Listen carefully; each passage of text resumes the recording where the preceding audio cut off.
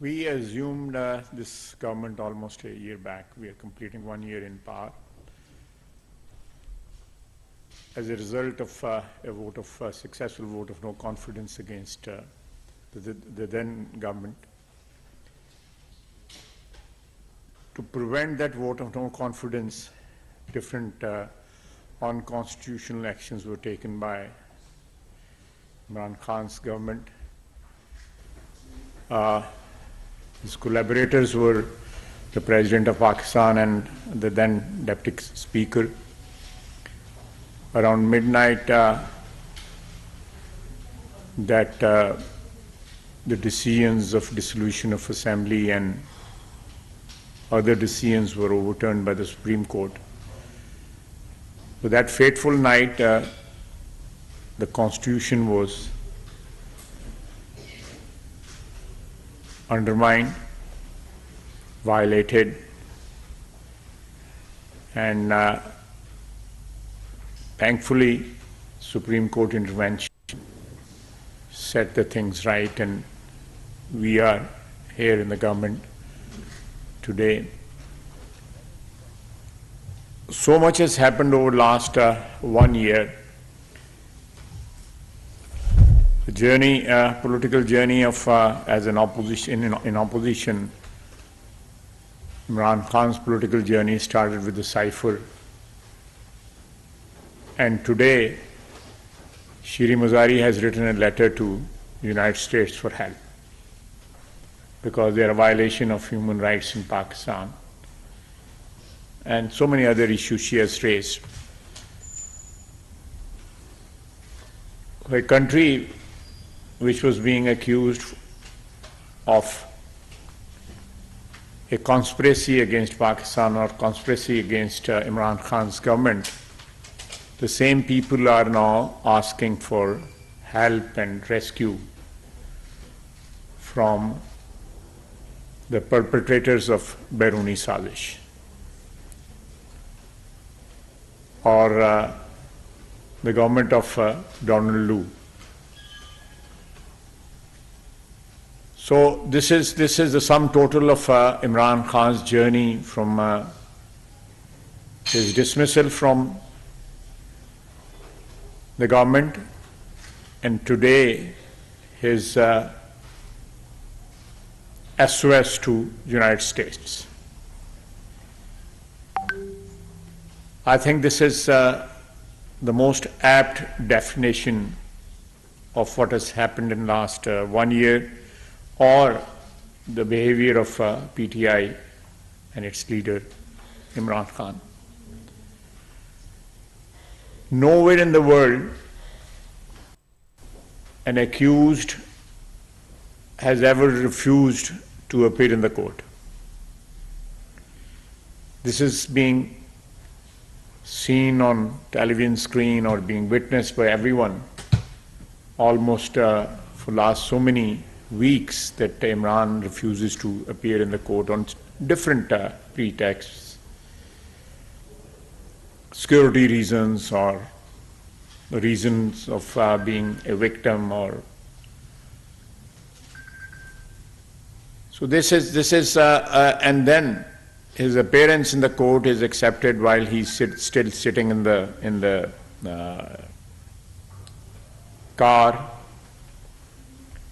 and he actually attacks the courts, or the courts are mobbed by his supporters.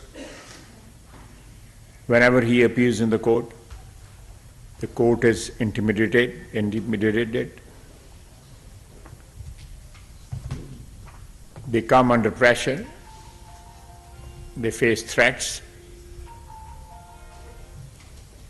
and when police is sent to his residence to arrest him and produce him in the court, the police is attacked with Molotov cocktail, firing, and at least 70 to 80 police officers, senior police officers including, were injured trying to arrest him. There was a pitched battle outside his house. So this has never happened in Pakistan. During his regime and in the past also, opposition workers, leaders were arrested, and they always surrendered in a very graceful manner, in a dignified manner as political workers to whatever victimization was taking place. They never contested, physically contested their arrest, never abused or maligned the courts. In last 4 years of his rule, when he was the Prime Minister, almost the whole of top leadership of PMLN was arrested.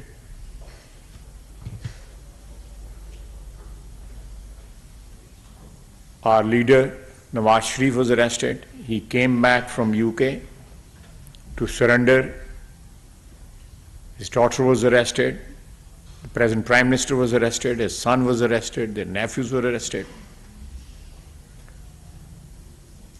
But never there was a sort of resistance to being arrested. I was picked up from Embassy Road and remained in jail for almost 6 months. My wife appears in the court. Almost 3 years. My wife, my son. So the victimization of the opposition was unprecedented. We have checkered history, political history of in our country, where politicians were victimized during martial laws, during military governments. But this sort of victimization and hounding was never there. Politicians were hanged. Zulfikar Ali Bhutto was hanged. It was a judicial murder. Bibi was martyred by Benazir Bhutto was martyred by the terrorists. Nawaz Sharif was removed from government thrice. But we never resorted to the methods or sort of things which are taking place and have taken place in last 3-4 weeks, violating the law, violating the constitution. So we are actually governing this country, the present government, under circumstances which are pretty difficult, both administratively speaking, financially speaking, and obviously, ultimately, politically speaking also. So this is the backdrop in which we are at the moment governing the country and trying to give the best.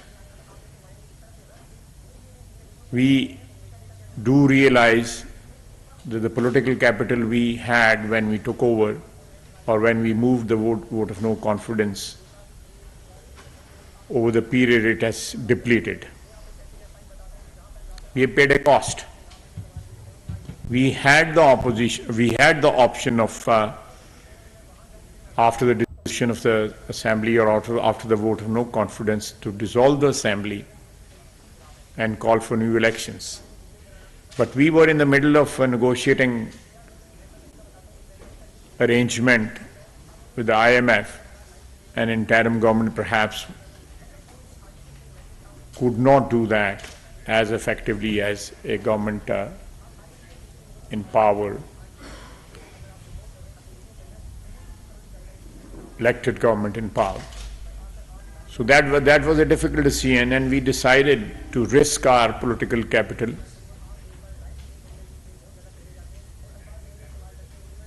and stay in the government, despite the fact that we knew the risk of losing the political capital is there or was there. Even today, we are trying to manage the situation, and every day there is a crisis precipitated by Imran Khan, and we are handling it. And inshallah, we'll come out of it successfully. And governance in the coming days, coming weeks, coming months, the economic situation, all these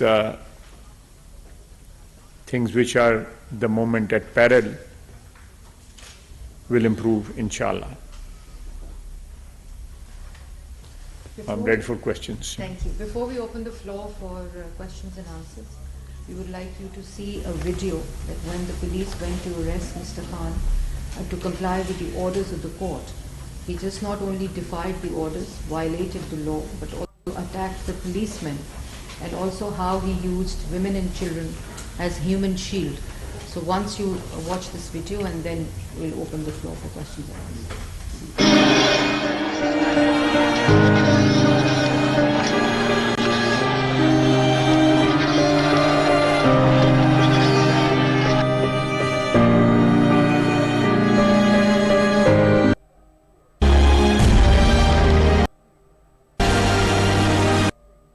Since then, Monday the 13th, that he was willing to engage in a lot of civil unrest. From BBC? No, Times. Times, okay. So we start with you, Charlotte. I don't have a question. You don't have a question. Sophia? I'm CNN. Assalamu alaikum. I'm the Pakistan producer for CNN. I think from the video that we've just seen, and from a lot of videos that we're seeing generally from people on social media, there's clearly a lot of civil unrest in this country. My question is, Imran Khan had tweeted on Tuesday night in the midst of all that chaos that he's willing to engage in talks. And I recall the Prime Minister had also said on Monday, and I know a lot has happened since then, Monday the 13th, that he was willing to engage in some semblance of talks. Again, a lot has happened since then, but is there reluctance on the PTI side, or is it from the government side? Is there any possibility whatsoever that talks can take place at all with all of the political stakeholders as of right now? Thank you. Since last 1 year, and even when he was in power, we made an offer of building up some sort of consensus, at least on our economic policies. Now that offer was rejected and spurned by the then Prime Minister. During last 1 year, he has offered to talk several times with the establishment, with the military leadership, but not the political leadership. That is one. Despite the fact that opposition or the present government was willing to talk on so many occasions in last 1 year, but he kept on insisting and went to the extent of their time trying to approach the present leadership of Pakistan Army, and they are not responding. I want to talk to them, I want to meet them. And before that, he spoke to or approached through the President, General Bajwa, met him twice, tried to negotiate with him, even offered him extension for life. It is on record. Despite all that, he has not materially offered anything to the present government for a dialogue or for some sort of negotiations on that. I'll just add one thing to it. We are ready to talk for the sake of peace in our country, for sake of not for only the present government, but the coming generations, that we must have some sort of consensus on major issues which we are facing for last decades. We are not in favor of a transactional dialogue. we need something which is comprehensive, which covers everything. There are so many issues. One can debate on that and have perhaps a long debate on that, but in short, what I'm trying to say is that a comprehensive dialogue on the problems Pakistan is facing is always welcome. But transactional dialogue, which does not address the issues this nation is facing today, and perhaps the situation is getting worse by every passing day. So these issues, one must realize that these issues should be addressed as soon as possible. Yes, so a comprehensive dialogue, yes. A transactional dialogue, it will be a waste of time. Thank you. Minister Asif, D&D from National Public Radio. As you may be aware, Mr. Khan has made multiple interviews to Western media in particular to project his point of view on what's been happening in Pakistan. I'd love to just get your responses to some of the claims that he's made. First, he has claimed that the government is seeking to outlaw him, a claim that was echoed, to disqualify him, a claim that was echoed by Zalmay Khalilzad on Twitter. Disqualify him? To disqualify him okay. directly. He also alleges that there's even attempts to kill him or plans to kill him. I would love to get your responses on that. And just on holding the federal elections, is there a plan to hold the federal elections on time? And my final question, bear with me, is are you concerned that the political tensions now could spiral into more extensive or more violent clashes in the coming weeks or months, based on the very videos that you have aired right now? Thank you. It's a bit lengthy question, you know. Yes, sir. Sorry. Let's hope I can keep track of it. Violence, yes, there is every possibility that this violence can, escalate and get into an ugly situation.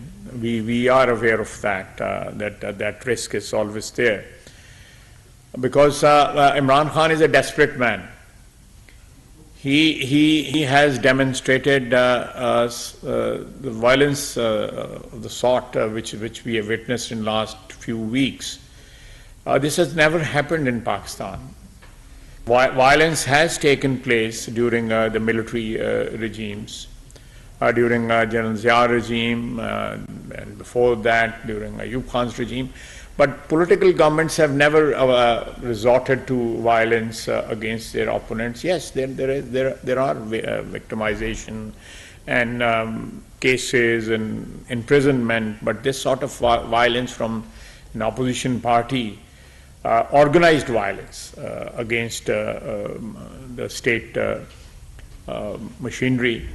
So this is something which is unprecedented in our history, despite the problems we have had over the last 75 years.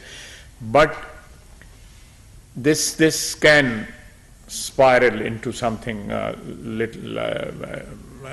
obviously ugly, and but government has the power and the will to control any violence which is triggered by Imran Khan and his supporters. Coming to his allegation that IG Islamabad or IG Punjab or Chief Minister Punjab, they are conspiring to murder him. This whole thing is so scandalous. This allegation. He's just trying to create some sort of atmosphere where his followers are ready to believe anything he says. You know, it's like a cult. You know, the world has witnessed over decades and centuries where people have, the leaders have created cult, and people have followed them blindly, believing everything they say. So this sort of cult following is here in Pakistan also these days, but this will fizzle out, and this allegation of conspiring to murder him, I think this is stretching a bit too far. The sort of lies he has been fabricating over last 1 year, starting with cipher. I'll again say that. On one hand, he's, he was accusing General Bajwa of conspiring against him or aiding his opponents, and on the other hand, he was offering him extension for life, and then accusing the United States of America of conspiring against him, taking even names, and now he's again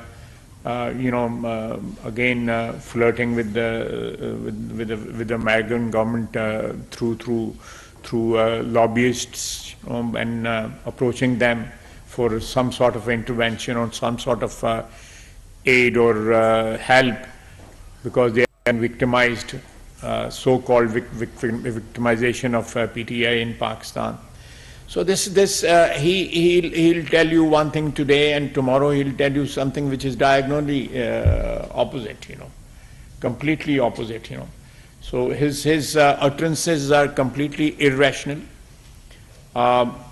Perhaps his followers do believe whatever he says, but most of the people have lost track of what he has been saying over the last 1 year. Voice of America. She had a third question, whether the government does plan to hold the national election. Obviously, national elections are due in October, and they will be held on time. Now I will follow up on that question. They were due also on the 30th of April. And there were no national elections, provincial elections. Punjab provincial elections were due on 30th of April.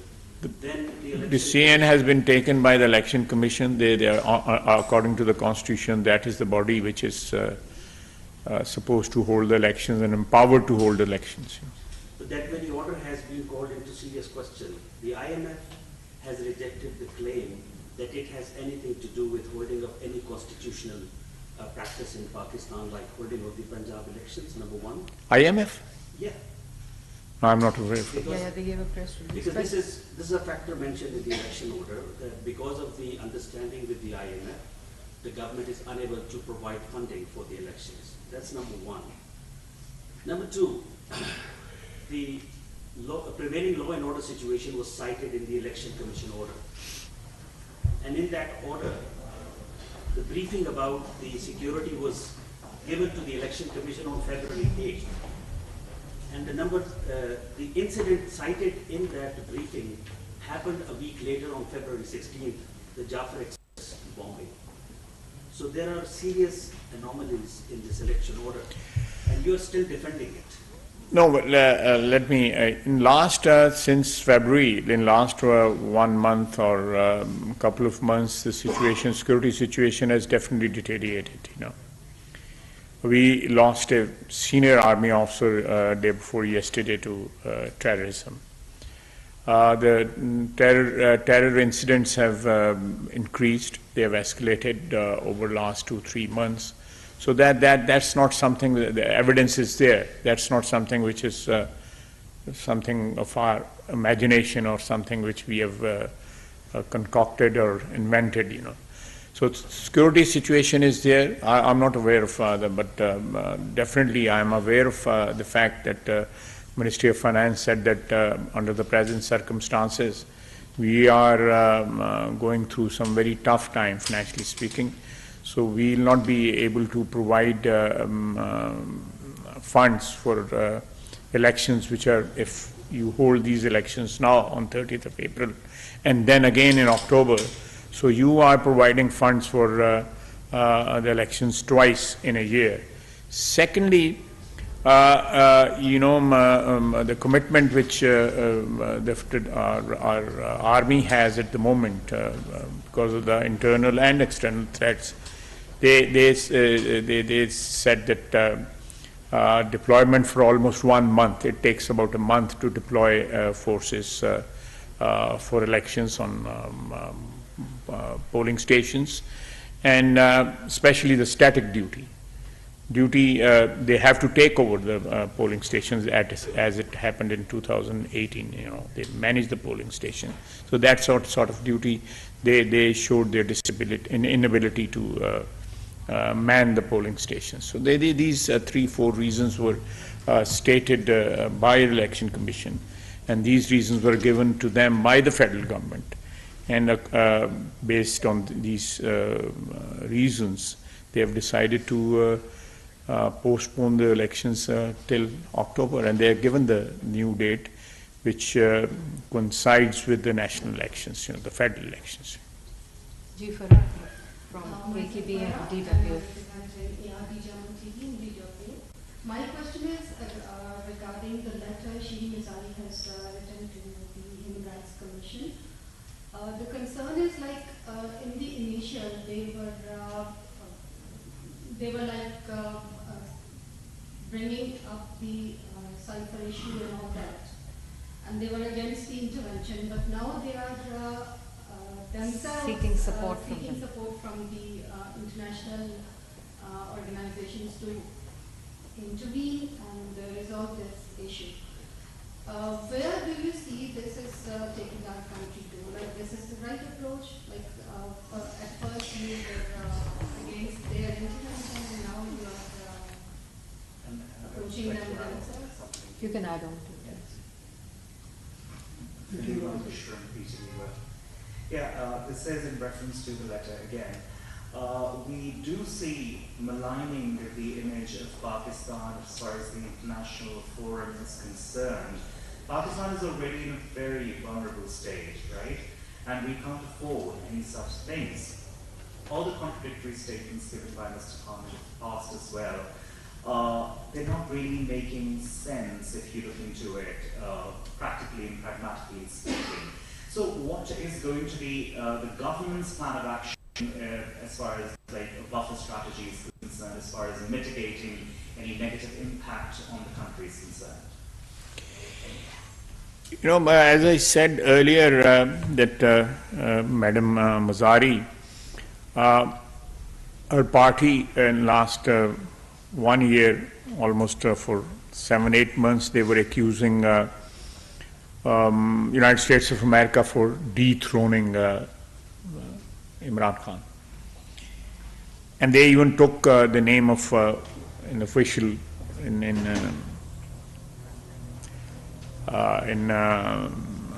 the State Department. Actually, I met this gentleman in September in the United States, and he tried to introduce himself to me, that I'm Donald Lu. Man, you are very well known in Pakistan. You don't need any introduction. So there is this sort of attitude. I have the parliamentary career of almost 33 years. I have never gone to a foreign government whenever I was victimized. I was in prison by General Musharraf. I was in Atak Fort. A political prisoner or a political worker cannot even imagine what sort of the cells and dungeons are there in Atak Fort. It was built in 1561 by Shahanshah Akbar. So we never appealed to a foreign government or United States of America. And after accusing them for almost a year of conspiring against PTI government, you then seek help from the same people, from the same country. So I think it's a disgrace for any political party or worker even to seek foreign help for whatever he's. I think my commitment to whatever I believe in should be sacrosanct, and that should be within the ambit of my commitment to my country, to my ideology, whatever is that. And seeking help from abroad is, I think, it's treacherous, and it amounts to me. It amounts to betraying my country. They can fight it out. We can all fight our battles within the ambit of within the norms, political norms of whatever we have in this country. I will never. Tomorrow, these people can even appeal to people across the border for help, or some other countries who are They actually declared the United States of America enemy of PTI or enemy of, and now they, I think they can do it. They in this, if I can say that they're absolutely shameless, you know. That just few months back you were accusing a country of conspiring against your government, and now you are seeking help from the same country, hiring lobbyists over there.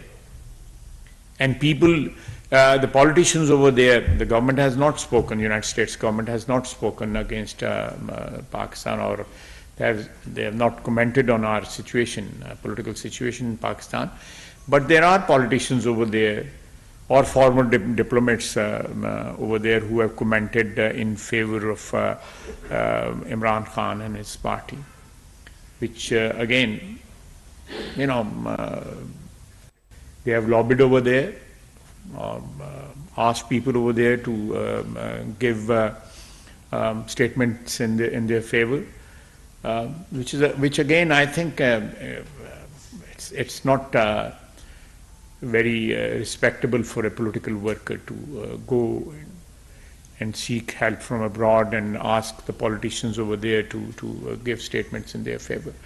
And you know, seeking help, and they are speaking, the politicians or congressmen or senators or diplomats are speaking in their favor. I think they should, those people who are commenting on the situation in Pakistan, they should also think that Pakistan's situation is, alhamdulillah, is much, much better. It's peaceful. We have our government. It's an independent country. What is happening in Kashmir and Palestine? Why don't they speak on that? What is happening over there? The genocide is taking place in these on these two locations. You know, they should speak about that. Mr. Zalmay has spoken about Pakistan's situation. There are people, tens of thousands of Khans are in transit in Pakistan. They have become a liability for us. He should be speaking for them, that they should be sent to America as soon as possible. That is what the arrangement calls for. These people are in transit. Tens of thousands of people. There are close to 200,000 people in Pakistan who were brought to Pakistan after the fall of Kabul to Taliban's, and they're still here. Why don't they speak about them? Why don't Zalmay speaks about them? He belongs to Afghanistan. He owes it to them.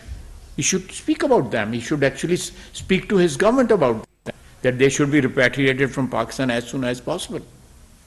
Pakistan is already, burdened with 5 million Afghan refugees, they have actually swamped our economy over last 40 years. So we want to live in peace. We want to live in peace with Afghanistan, with our neighbors. But these liabilities, it's time that these liabilities which are on our shoulders, these liabilities should be liquidated. Harun. From Independent Urdu, coming back to the election, holding of elections question, are you, by defending the Election Commission's decision, not creating a very bad precedent constitutionally of delaying elections and not holding them within 90 days? And the second question is about this new task force that has been created.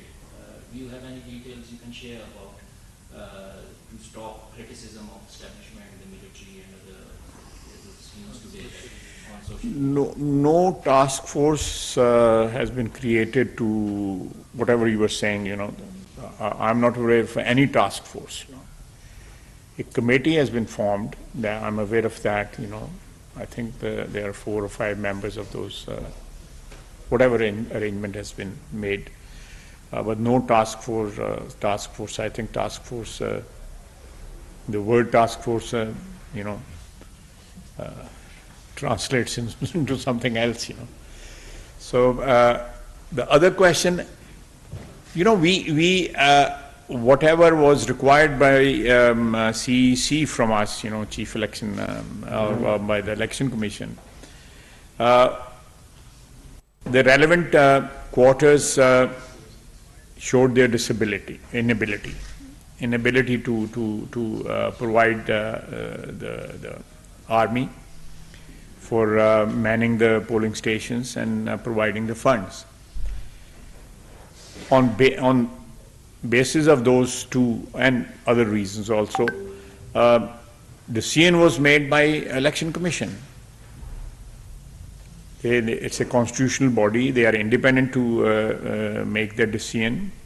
And I think the elections have been postponed. Will be grudged by other federating units, So that was the spirit when it was decided that these elections should be held on the same date. So there is no manipulation of the elections, and the idea of interim government was introduced.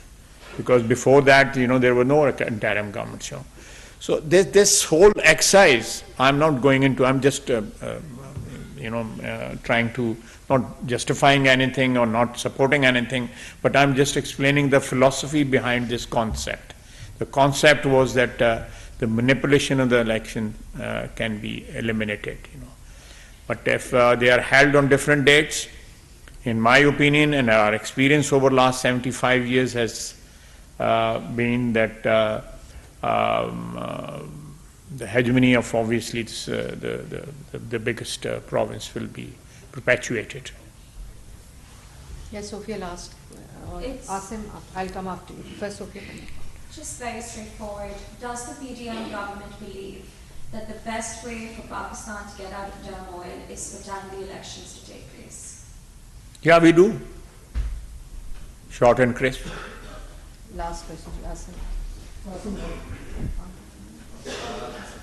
Sir, there is a number of people sitting abroad outside the country, and they are continuously blaming Pakistani institutions and maligning different institutions and saying that they are, like RBG and Pakistani intelligence agencies are involved in torture and other things against the political party.